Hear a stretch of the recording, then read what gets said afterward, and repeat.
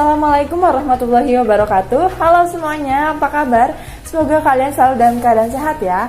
Sebelumnya perkenalkan, saya Aulia Adrianti, mahasiswi aktif semester 4, Program Studi Pendidikan Ekonomi, Fakultas Keguruan dan Ilmu Pendidikan, Universitas Muhammadiyah Profesor Dr. Hamka. Nah, pada kesempatan kali ini saya akan menjelaskan tentang badan usaha. Apa sih badan usaha itu? Yuk kita simak videonya hingga selesai ya. Nah, langsung saja kita bahas materi kali ini tentang badan usaha. Apa sih badan usaha itu? Badan usaha adalah sebuah kesatuan yuridis atau hukum, teknis, dan ekonomis yang bertujuan mencari laba atau keuntungan. Badan usaha ini ada yang berbadan hukum dan tidak berbadan hukum. Yang berbadan hukum ini di dalamnya terdapat pemisahan harta kekayaan pemilik dengan harta kekayaan badan usaha, dan proses pendiriannya membutuhkan pengesahan dari pemerintah terhadap akta pendirian dan anggaran dasar. Sedangkan yang tidak berbadan hukum ini tidak memisahkan antara harta kekayaan pribadi pemilik dan harta kekayaan badan usahanya. Lalu, manfaat berbadan hukum. Yang pertama, sarana perlindungan hukumnya ada. Yang kedua, pembatasan tanggung jawab. Yang ketiga, terdapat pemisahan harta kekayaan. Yang keempat, keberlangsungan perusahaan ini lebih terjamin. Yang kelima, akses permodalan lebih mudah. Dan yang keenam, meningkatkan kepercayaan rekan bisnis dan konsumen.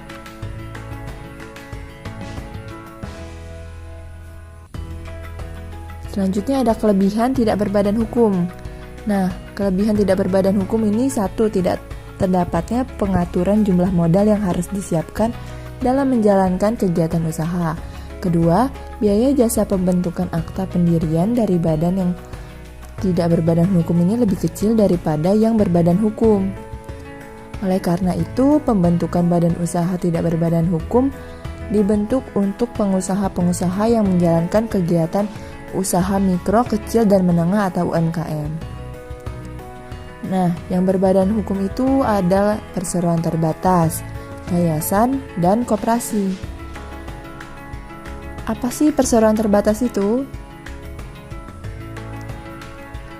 Perseroan terbatas atau PT adalah badan hukum yang merupakan persekutuan modal, didirikan berdasarkan perjanjian melakukan kegiatan usaha dengan modal dasar yang seluruhnya terbagi dalam saham dan memenuhi persyaratan yang ditetapkan dalam undang-undang serta peraturan pelaksanaannya. Pendiri perseroan terbatas. Perseroan ini didirikan oleh 2 orang atau lebih dengan akta notaris yang dibuat dalam bahasa Indonesia. Ketentuan yang mewajibkan perseroan didirikan oleh 2 orang atau lebih tidak berlaku bagi ketentuan 3 poin tersebut. Lalu ada macam-macam PT nih. Macam-macam PT yang pertama ada PT tertutup, PT kosong, PT terbuka, PT domestik, PT asing, dan PT perseorangan. Nah, ini dia nih contoh PT yang berada di Indonesia saat ini. Badan usaha di Indonesia yang berbentuk PT nih, yang dikelola oleh pemerintah. Yang pertama itu ada badan usaha milik negara, badan usaha milik daerah, dan badan usaha milik desa. Lanjut ada modal perseroan.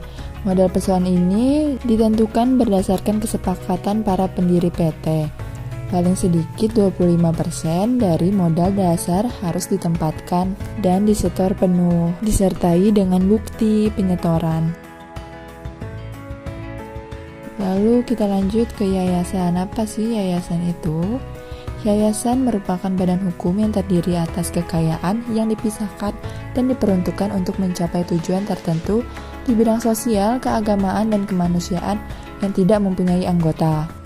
Badan hukum yayasan ini terdapat dalam Undang-Undang Nomor 28 Tahun 2004 tentang perubahan atas Undang-Undang Nomor 1 Tahun 2001 tentang yayasan.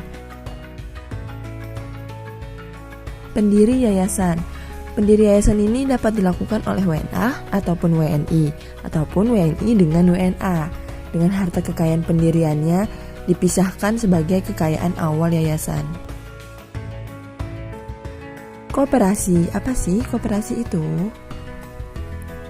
Koperasi adalah badan usaha yang beranggotakan orang seorang atau badan hukum koperasi dengan melandaskan kegiatannya berdasarkan prinsip koperasi sekaligus sebagai gerakan ekonomi rakyat yang berdasar atas asas kekeluargaan. Jenis koperasi berdasarkan pembentukannya.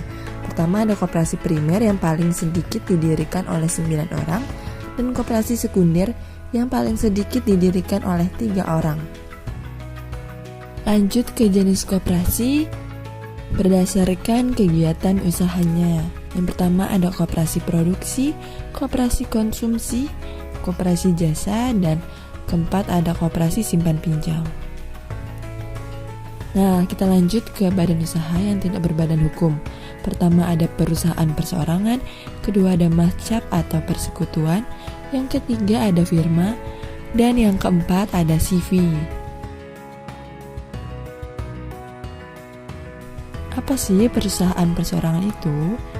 Perusahaan perseorangan adalah badan usaha yang dimiliki seluruh modalnya oleh satu orang. Keuntungan atas usaha tersebut juga sepenuhnya untuk satu orang dan tentunya memiliki konsekuensi tersendiri yang dibebankan kepada orang tersebut. Dasar hukum perusahaan perseorangan ini diatur menurut Undang-Undang Nomor 3 Tahun 1982 tentang wajib daftar perusahaan. Lalu persekutuan. Mascap atau persekutuan ini memiliki karakter yang bersifat dua muka. Maksudnya ini bisa untuk kegiatan komersil ataupun kegiatan yang bersifat non-komersil, termasuk dalam hal persekutuan yang menjalankan profesi. Dasar hukum mascap atau persekutuan ini terdapat pada pasal 1618 sampai pasal 1652 bab 8 bagian 1 buku 3 KUHP Perdata. Firma.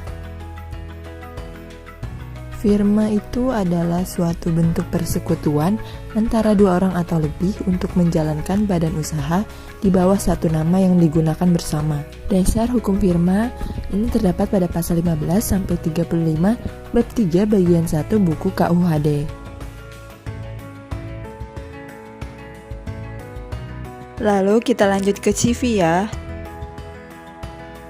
CV ini merupakan bentuk khusus dari firma. Dalam firma, semua sekutu saling bertanggung jawab secara tanggung renteng kepada harta kekayaan pribadinya untuk seluruh perikatan-perikatan persekutuan. Nah, lanjut ke dasar hukum CV. Dasar hukum CV ini sama dengan dasar hukum firma, yakni segala yang diatur dalam mascap. Nah, gimana nih teman-teman? Sudah pada paham belum dengan materi badan usaha yang telah saya jelaskan? Kalau sudah paham, yuk kita lanjut mengerjakan latihan soalnya. Nah, ini dia contoh soalnya ya. Yang pertama, sebutkan badan usaha yang berbadan hukum. Kedua, badan usaha apa saja yang dikelola pemerintah dalam bentuk PT. Yang ketiga, apa perbedaan firma dan CV.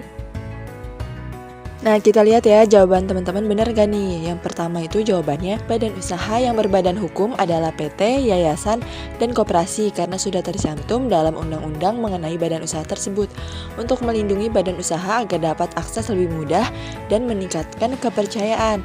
Nah, jawaban yang kedua, badan usaha milik negara, badan usaha milik daerah, dan badan usaha milik desa. Nah, jawaban yang ketiga, perbedaan firma dan CV adalah CV itu merupakan bentuk khusus dari firma. Dalam firma, semua sekutu saling bertanggung jawab secara tanggung renteng sampai kepada harta kekayaan pribadinya untuk seluruh perikatan-perikatan persekutuan. Terima kasih teman-teman telah mengerjakan latihan soalnya dan menonton video ini hingga selesai.